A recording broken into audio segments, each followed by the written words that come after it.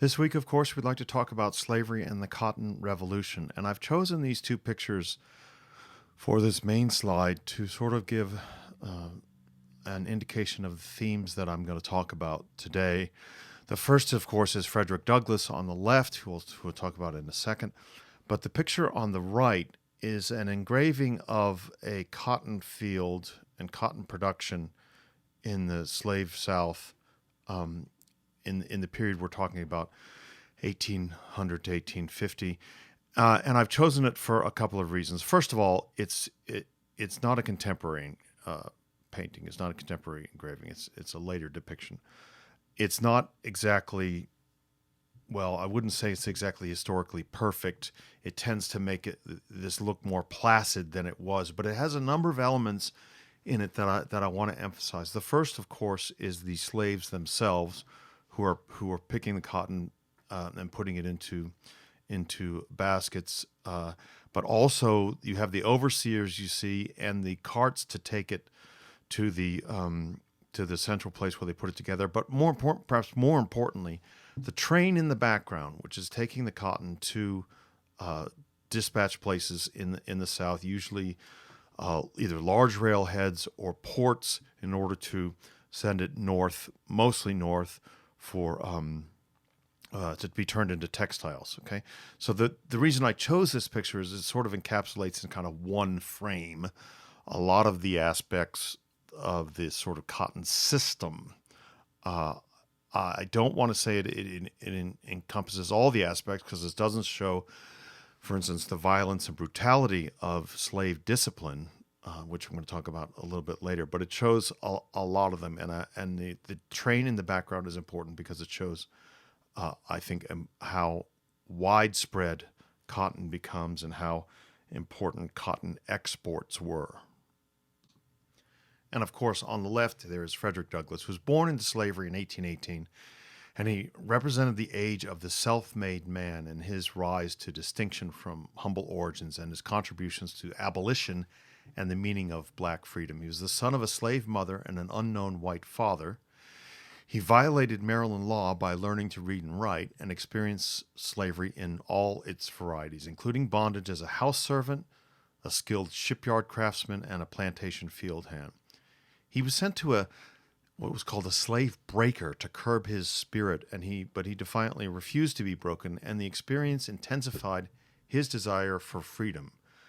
Using the borrowed free papers of a black sailor, he escaped to the North and became the most influential African American and advocate of racial equality of the 19th century. He lectured against slavery in the North and in Britain, and he edited anti-slavery publications, published a widely read autobiographical condemnation of slavery, and testified to the incorrectness of prevailing ideas about black inferiority.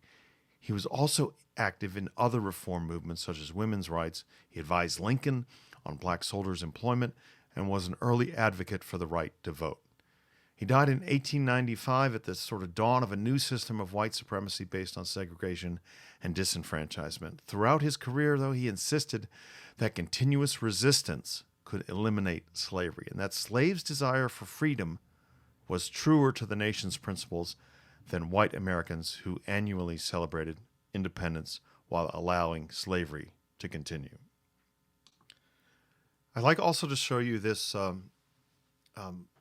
image of a Portuguese slave ship, which was painted by a British officer, naval officer, in 1838. By this time, of course, the slave voyage was. This ship has 600 slaves on it. Was illegal, and the international agreement outlawing the Atlantic slave trade was largely enforced by British ships. But of course, there was, if you will, slave piracy, and various attempts to try to keep the trade going. So what am I going to talk about today? Well, of course, I'm talking about the Old South, life under slavery, slave culture, and resistance to slavery. First off, we have to understand cotton. Okay? Cotton is king, right? By 1820, slavery was an old institution in America. With abolition in the northern states, this, what was called a peculiar institution of slavery, became unique to the South. By the Civil War, the slave population had increased to nearly 4 million, and slavery had spread to Arkansas, Louisiana, and eastern Texas. Slaves were 1/3 of the South's entire population and half the population in the cotton states of the Deep South. Now, slavery's expansion was due to the growth of cotton production. Again, I've talked about the gin mill and other things, the cotton gin and other things that helped help cotton replace sugar as the world's major slave crop. Although slavery persisted in Brazil and the Caribbean, Britain's abolition of slavery within its empire made the United States slavery's center in the hemisphere. The Old South was the largest and most powerful slave society in history, based on the region's virtual monopoly on cotton. Cotton's use in textile manufacturing made it central to the Industrial Revolution in Europe and America and the most important commodity in international trade. By 1860, investments in slaves exceeded in value the worth of all the nation's factories, railroads, and banks combined. To replace the foreign slave trade that had been banned in the United States in 1808, a massive internal slave trade developed. More than 2 million slaves were sold between 1820 and 1860, many of whom were transported to the Deep South to new cotton plantations. This is what we talk about the second Middle Passage. Virtually every slave owner at some point bought and sold slaves. The Cotton Kingdom could not have developed without the internal slave trade, and older slave states in the East came to depend on the sale of their slaves. This is a drawing of a Texan farm in Montgomery County. It's an 1843 drawing. It depicts a cotton farm on the Texas frontier. The owner's house is at the center and flanked by slave cabins, and on the far right, a cotton gin and press. At this point, it was 2 years before its annexation in the United States, and so Texas was an independent republic. Slavery in the Old South. Although northern states had abolished slavery, slavery affected them nonetheless. The Constitution enhanced the power of the South in the House of Representatives and Electoral College and required all states to return fugitives from bondage. Talked about the Fugitive Slave Act. Very, very important. Slavery touched the lives of all Americans. Northern merchants and manufacturers participated in the slave economy and profited from it. Cotton trade profits helped finance industrial development and internal improvements in the North. Northern ships carried cotton. Northern banks financed plantations. Northern companies insured slave property. And northern factories turned cotton into clothing. While slavery dominated and defined the South's economy, the South was actually a diverse region. In the Upper South, slaves and slave owners were a much smaller percentage of the population compared to the Deep South states stretching from South Carolina to Texas. The Upper South had centers of manufacturing, while the Deep South depended entirely on cotton. Yet slavery caused the South to have a very different economic development than the North. Slavery inhibited industrial growth, it discouraged immigration, and it slowed technological progress. It did not have large and diverse cities as in the North, except for New Orleans, which was sort of an exception. Banks and railroad lines served plantations and little else. While many in the North thought slavery prevented economic growth, slavery was, in fact, very profitable and expanded the Southern economy. Now, in this painting from 1842, slaves, men, women, and children, accompany an ox cart carrying the week's cotton crop to New Orleans. Now, here's a map of the slave populations. Rather than being evenly distributed throughout the South, the slave population was concentrated in areas with the most fertile soil and easiest access to national and international markets. By 1860, a significant percentage of the slaves' population had been transported from the Atlantic coast to the South via the internal slave trade, that second Middle Passage that I talked about. And here's a slave dealer's place of business in Alexandria, Virginia, then part of the District of Columbia, which was the nation's capital. The buying and selling of slaves was a regularized part of the Southern economy, and such businesses were a common sight in every Southern city. They were not the exception to the slave economy. They were an integral part of it. Now, this building contained a slave pen that typically contained over 300 slaves being kept before their sale. And here is the growth of slave populations. Is a table of growth of slave populations in the United States. And you can see it's incredibly dramatic after the 1820s. Incredibly dramatic, right? Now let's look at the Old South. The majority of Southern white families owned no slaves. Because planters had the best land, most white slave farmers lived outside the plantation belt in areas unsuitable for cotton. They worked the land with the labor of family members, not slaves or wage workers. Many of them were self-sufficient and remote from markets. They were often desperately poor and more often illiterate, more illiterate than the northern farmers, since most southern states lacked free public schools. In part, because these farmers did not provide a market for manufactured goods, the South did not develop industry. While some poor whites resented the planters' economic and political power, most accommodated the planters and shared with them a common racial identity, common business ties, common political culture, and of course kinship ties. Many white small farmers believed that their economic and personal freedom rested on slavery. Most slave owners did not own large plantations. By 1850, most slaveholding families owned 5 or fewer slaves. Only a small number of families owned more than 20 slaves. Even fewer owned more than 100 slaves. Planters' slave property provided wealth, status, and influence. They held the best land, had the highest incomes, and dominated the local and state politics and government. Small slave owners aspired to become large planters. Planters owned slaves to make huge profits, and they used those profits for the conspicuous consumption of luxury goods, creating an aristocratic material life sharply at odds with the life for most Northerners. This is a view of New Orleans in 1860 that captures the size and scale of the cotton trade in the South's largest city. Now, this is in 1860. It's at the end of the period we're talking about. But more than 3,500 steamboats arrived in New Orleans just in 1860. Absolutely huge. As I've said in other lectures and class discussions, New Orleans is kind of the New York of the South. Port, and trading center and financial center and things like that. Here's another table of slave holding in 1850. This is round numbers, number of slaves owned, and this shows you that most slave owners, again, own between 2 and 4 slaves, or a majority own fewer than 5. When it gets up to the 200 plus size, you get relatively few slave owners, only to 250. This is a picture of an upcountry family, dressed in homespun, that is cloth they made themselves, in Cedar Mountain, Virginia. Many white families in the pre-Civil War South were largely isolated from the market economy. This photograph was taken in 1862, but it fairly clearly reflects the pre-war way of life.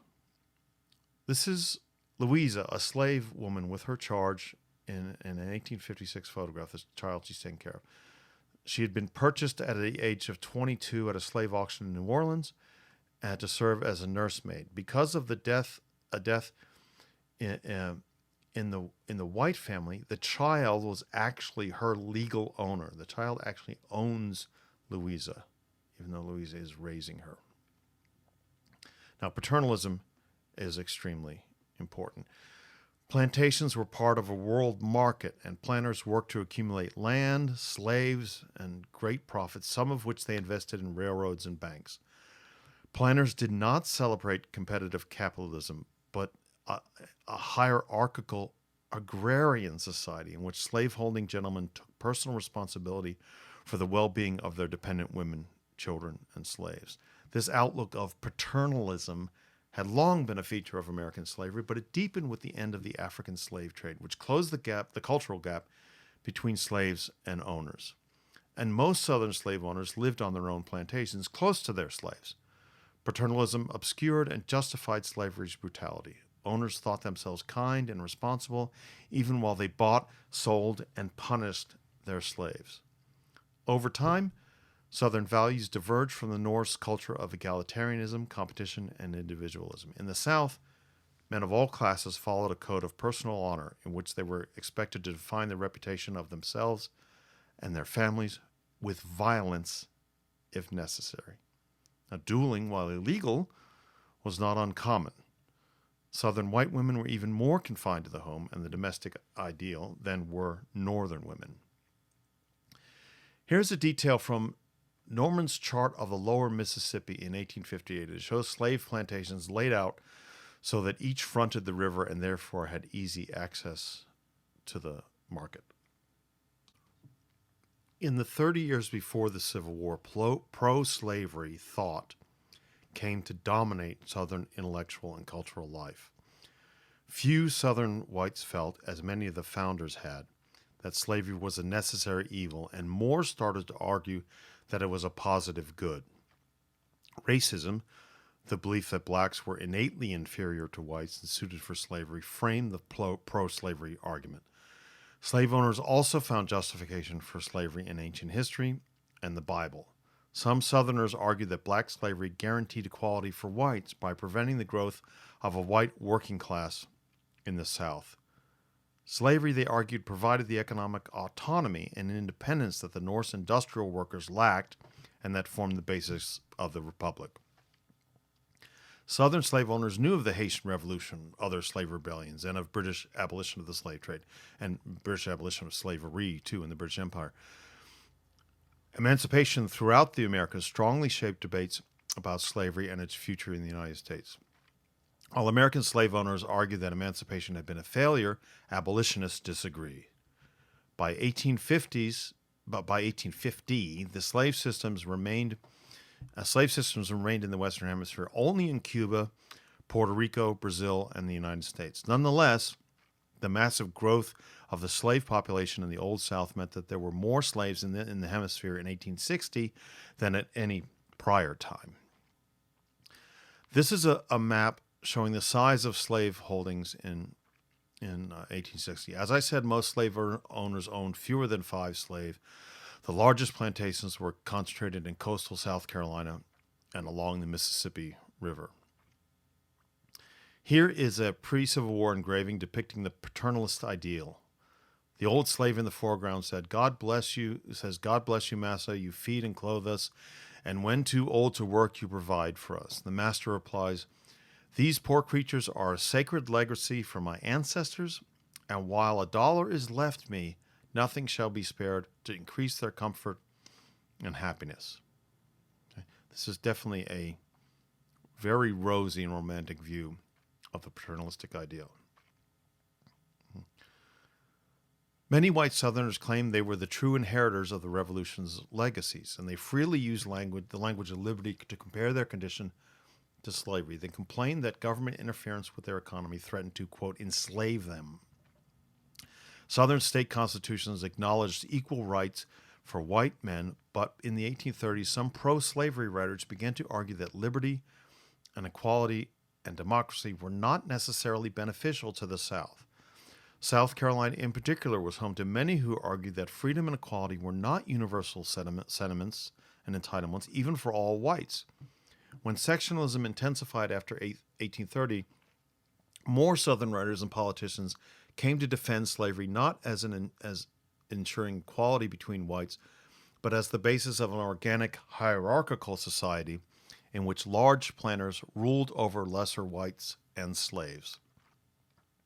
George Fitzhugh, a Virginian, took this argument to the extreme, repudiating Jeffersonian ideals and the idea of America's world vision to spread freedom. He argued that slavery, not liberty, was the normal basis for civilization in world history, and argued that slaves were happy and contented. He suggested that white workers in the North and South should have paternal white owners to care for them rather than be enslaved by capitalist markets and employers. This is a plate manufactured in England to celebrate emancipation in the British Empire. After a brief period of apprenticeship, all slaves were freed on August 1st, 1838. At the center, a family of former slaves celebrates outside their cabin. For slaves, slavery meant incessant toil, harsh punishment, and constant fear that their families would be destroyed by sale. Slaves were the legal property of their owners. Their few legal rights were rarely enforced. Slaves could be bought and sold by their owners at will, and they had no voice in the governments that ruled over them. They could not testify in courts against whites, sign contracts, or buy property. They could not own firearms, could not hold meetings apart from whites, or leave a farm or plantation without permission. By the 1830s, it was illegal to teach slaves how to read and write.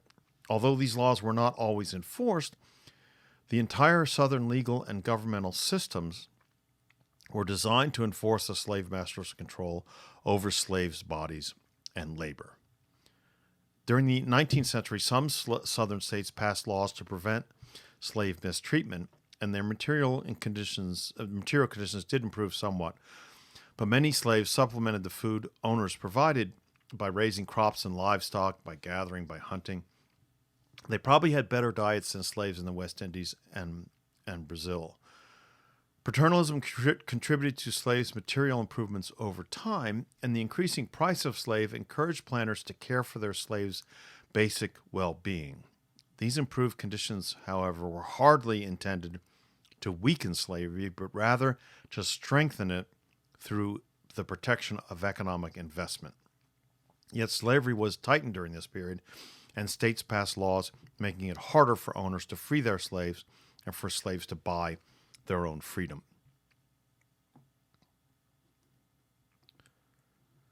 This is a poster advertising the raffle of a horse and a slave, treated as equivalents. This is at a Missouri store. A raffle. Okay. Which again shows you the property level we're dealing with here. These are metal shackles from around 1850. Shackles were a form of punishment, or sometimes were used to prevent escape when being transported from one place to another. Here is a female slave drying cotton on a plantation in South Carolina's Sea Islands in 1862. Slave men, women, and children all worked in the cotton fields. And here are slaves outside their cabin on a South Carolina plantation, probably photographed in the 1850s. They brought their furniture outdoors to be included in the photo.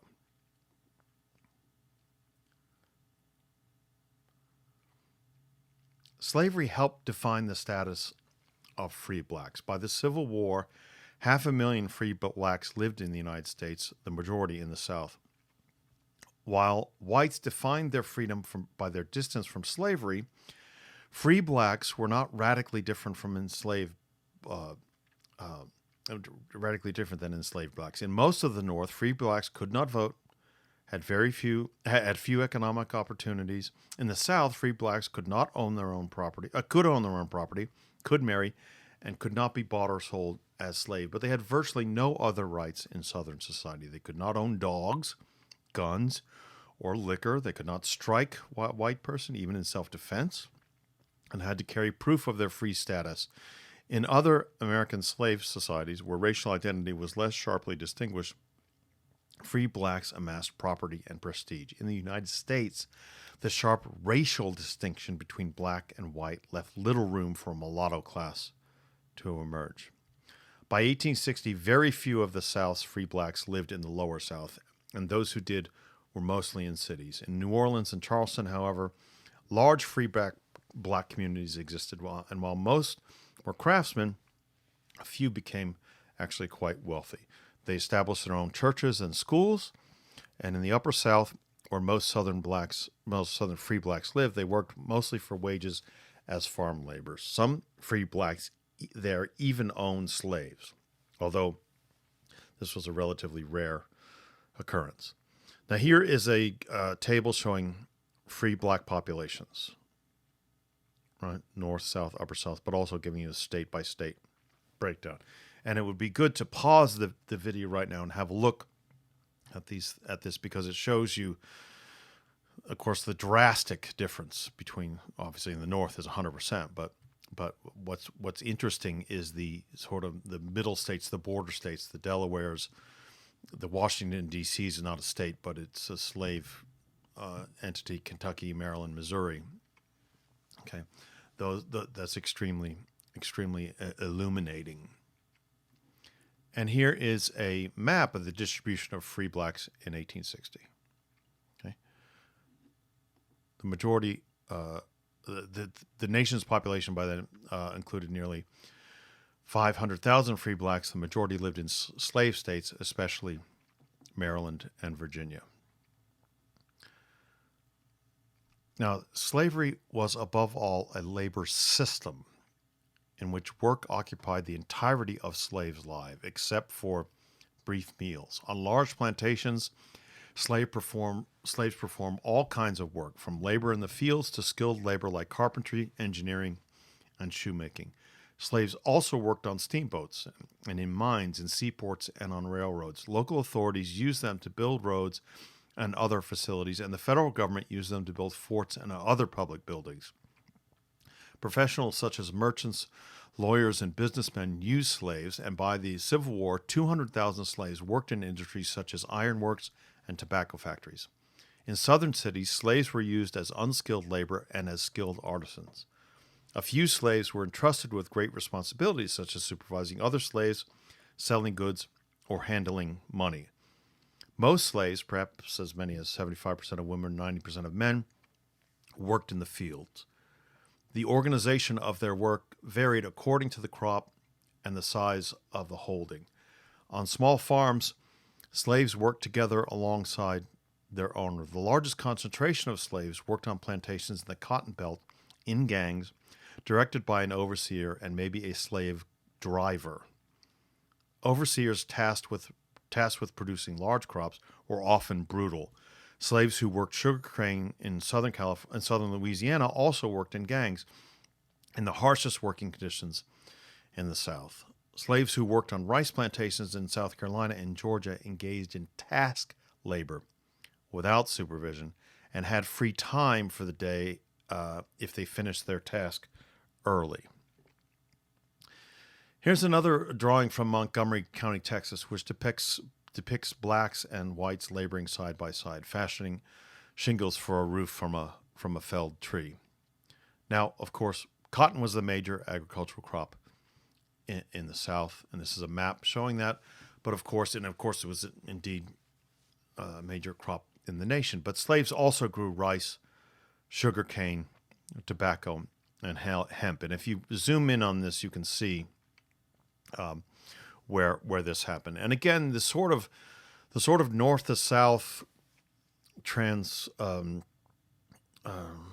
the north to south division between what's grown really is a sort of tobacco cotton line. Tobacco is grown in Virginia, North Carolina, Kentucky, Tennessee, Missouri, and then cotton is overwhelmingly in the sort of green area here, and rice and sugarcane have been reduced to these coastal areas, both in Louisiana and in the coastal Carolina. Okay, this is a change from the crops of the South in 1760, for instance. Now, this is an undated photograph called "Under the Watchful Eye of the Overseer." Men, women, and children pick cotton under the watchful eye of their overseer. Unlike sugarcane, cotton does not grow to a great height, allowing an overseer to supervise a large number of slaves. It's also, therefore, backbreaking to pick cotton. Published in January 1867 in Harper's Weekly, this engraving illustrates work on a rice plantation divided into a checkerboard pattern by irrigation ditches. Although a white person is present, most slaves in the rice fields worked under the task system without daily oversight. Now, we tend to forget about urban slavery. From the slave's perspective, slavery in different regions of the South could be worse in some respects and better in others. Slaves in rice fields faced harsh conditions but had more independence than other slaves because of task labor and the absence of a large white population. Skilled urban slave craftsmen had great autonomy and could often hire themselves out and sometimes even keep their earnings. Many urban slaves even lived by themselves. By the 1850s, Most slave owners began to remove urban slaves to the country, fearing their independence was eroding the relationship between master and slave. Now, I can't stress this enough. Slavery was based on force.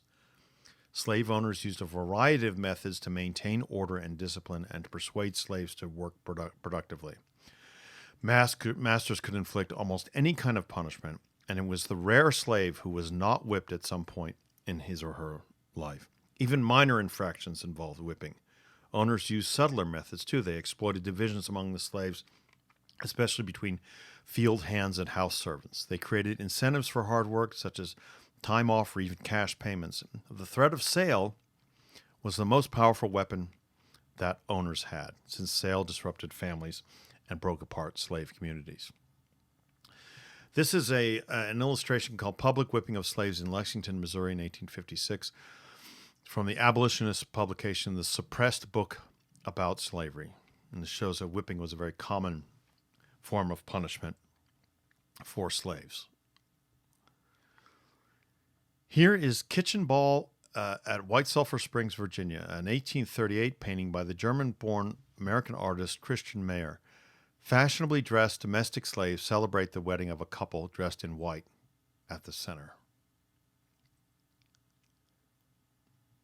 Now, slaves never gave up their hope for freedom or their will to resist total white control over them. They succeeded in creating sort of creating a semi-independent culture centered on the family and church, which enabled them to survive the experience of bondage without abandoning their self-esteem and to pass on to other generation values that conflicted with those of their masters. Slave culture drew on the heritage of Africa. African influence appeared in dance and music, forms of religious worship, and slave medicine. The end of the foreign slave trade helped foster a particularly new African-American culture shaped by American and African traditions and values. The family was, of course, at the center of slave community.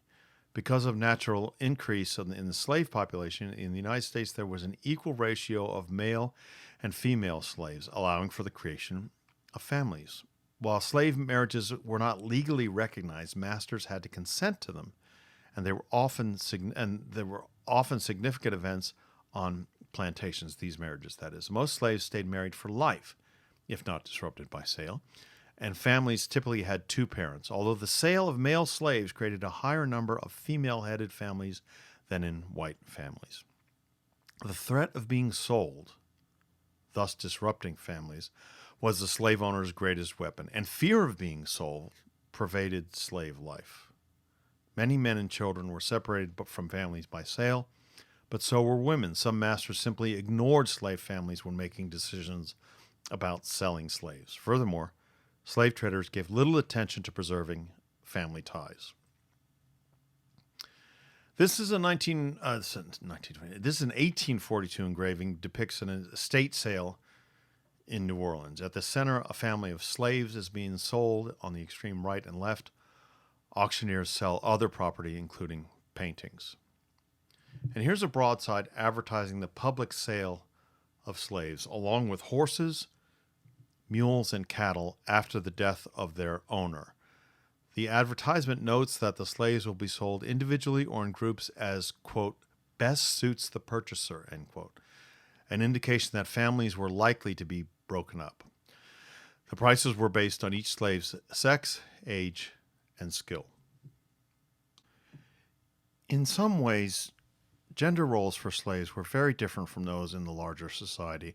Slave men and women were equally powerless. The cult of domesticity, relegating women to the home, didn't really apply to slave women.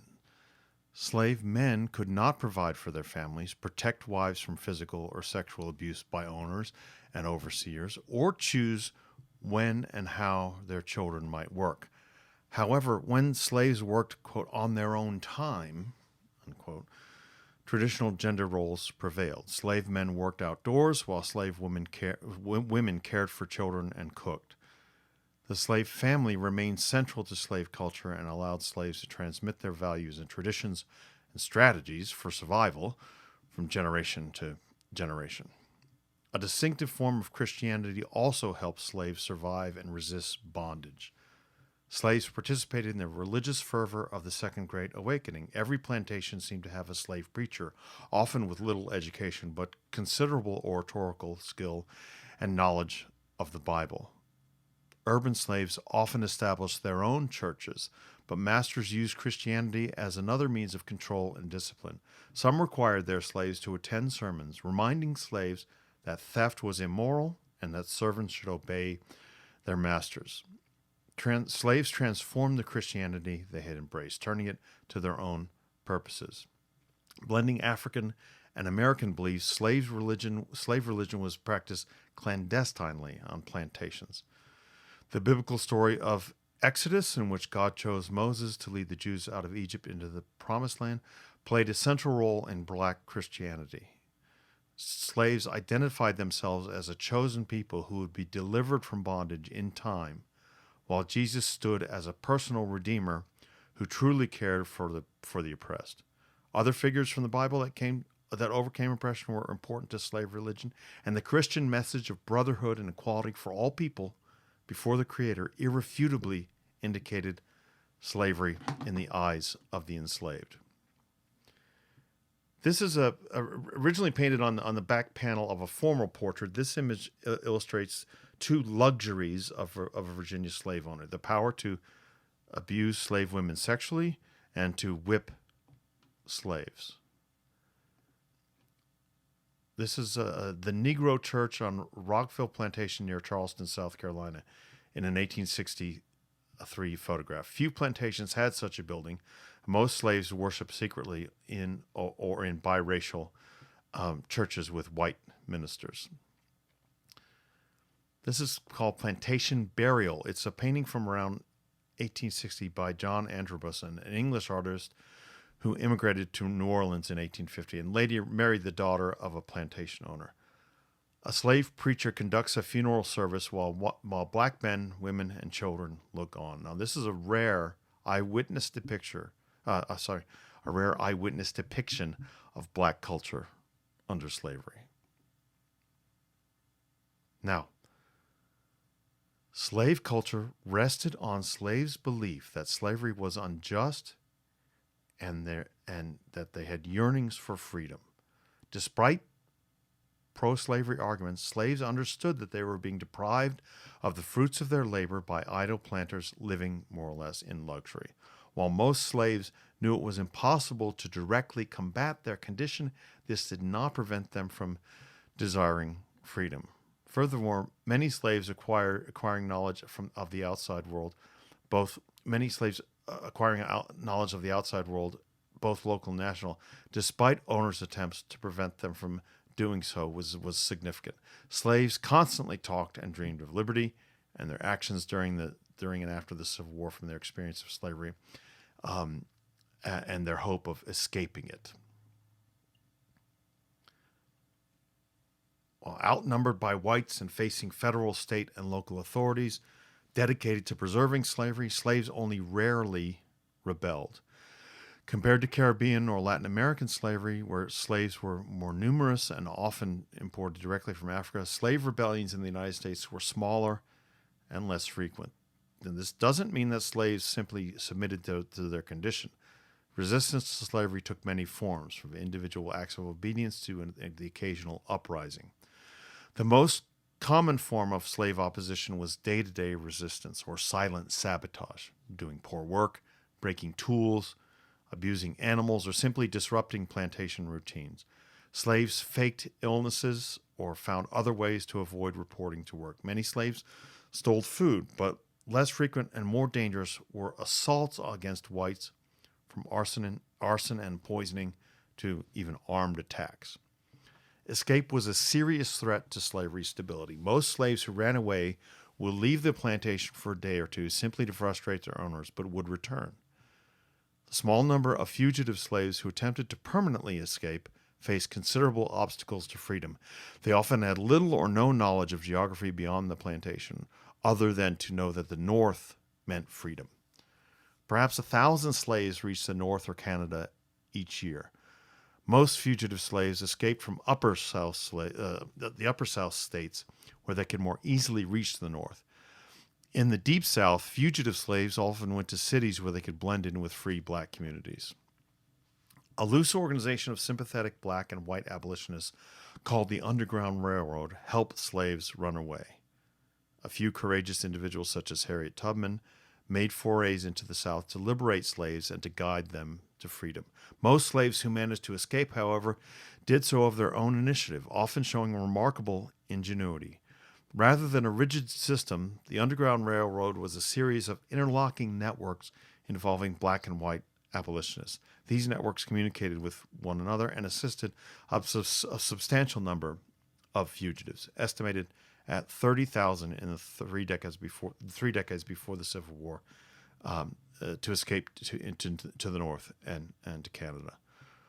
While the numbers were not enough to undermine the entire system of slavery, the Underground Railroad and escapes became a major source of consternation in slave states. By the 1850s, slaves were using numerous means of escape, not simply fleeing on foot, but by boats run by sympathetic crews, by taking owners' horses and carriages, and by boarding trains. Driven by multiple motives connected to freedom, their actions profoundly impacted national politics. Runaways undermined the Southern narrative of the contented slaves, and fugitives became a major irritant in diplomatic affairs when other countries such as Mexico and Canada refused to return escaped slaves. Efforts to recapture slaves escaped to the North, however, demonstrated that the peculiar institution of slavery extended its power into the free states as well. Many Northerners who were not abolitionists were forced to confront the question of the relationship between individual conscience and obedience to laws requiring their cooperation in returning runaway slaves. Now, this is the top part of a typical broadside offering a reward for the capture of 4 runaway slaves. This was distributed in Mississippi County, Missouri in 1852. The high reward for George, for instance, $1,000, extremely high reward, suggested that he was a very valued worker. Now, this is a map of instances of slave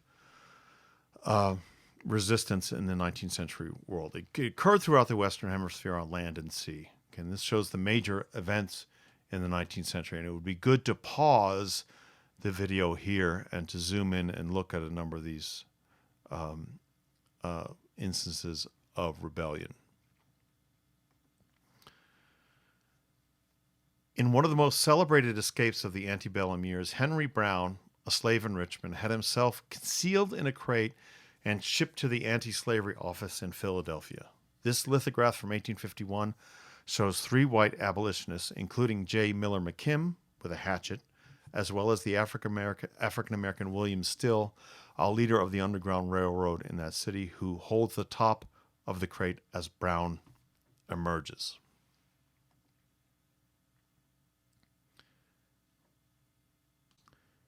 In a few cases, large groups of rebellious slaves gained their freedom. The most famous case involved the slaves aboard the Amistad, a slave ship off the Cuban coast in 1839.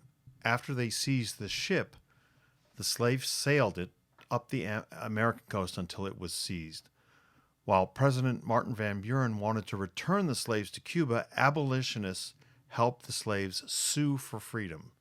And in the Supreme Court, former President John Quincy Adams defended them. Adams argued that since the slaves had been brought from Africa in violation of international treaties banning the slave trade, they should be freed. The court agreed, and most of the freed slaves emigrated back to Africa. While the Amistad case had no legal bearing on slaves already in the United States, it may have inspired later revolts on slave ships such as the Creole, which eventually found refuge in the British Bahamas. Slaves only rarely mounted organized rebellions within the United States. The 4 largest conspiracies in American history happened between 1800 and 1831. Gabriel's Rebellion in 1800 was followed in 1811 by an uprising on sugar plantations in Louisiana, in which several hundred armed slaves who tried to march on New Orleans were defeated in a bloody encounter with militia and federal troops. In 1822, Denmark Vesey, a slave carpenter in Charleston, South Carolina, organized a rebellion. He quoted the Bible and the Declaration of Independence to justify armed resistance. His plot was discovered before it was implemented, and Vesey and 34 other blacks were executed. Much of the evidence for slave conspiracies is contradictory and disputed because trials were conducted in secret, and the accused were forbidden from confronting those who testified against them. The best-known slave rebel was Nat Turner, a slave preacher and mystic in Virginia who believed that God had appointed him to lead a black rebellion. Though he initially chose to launch his uprising on July 4, 1831, it was delayed until August, when he led a handful of followers from farm to farm, killing white families along the way. After killing dozens of whites, Turner and his followers were captured and executed. Nat Turner's rebellion shocked the South and caused owners throughout the region to punish and execute recalcitrant or suspect slaves. In the aftermath, Virginia's legislature passed harsh laws further restricting slaves and the rights of free blacks. Other southern states followed suit. The rebellion also inspired a growing movement of abolitionists in the North to demand the immediate abolition of slavery, sparking a reaction in the South against abolition and civil liberties that would intensify sectional hostility. In some ways, 1831 marked a turning point in the Old South. That year, the British Parliament launched a program for abolition in the Empire, which underscored the growing isolation of slavery in the South. William Lloyd Garrison, ardent abolitionist, argued that slavery faced enemies from within and from outside the South. The pro-slavery argument increasingly permeated Southern society, and abolitionists and their ideas were increasingly unwelcome, with some facing violence. As reform movements in the North more frequently and assertively condemned slavery, the South closed in ranks in defense of the institution. This is Cinque, a leader of the slave revolt on the Amistad, in an 1839 painting by Nathaniel Jocelyn, a prominent Connecticut artist. And this is an engraving depicting Nat Turner's slave rebellion in 1831 from a book published soon after the revolt, showing. I mean, it's an intricate engraving showing what looks like slaves abusing and executing unfortunate white masters and white families. This was definitely an anti-rebellion sort of engraving.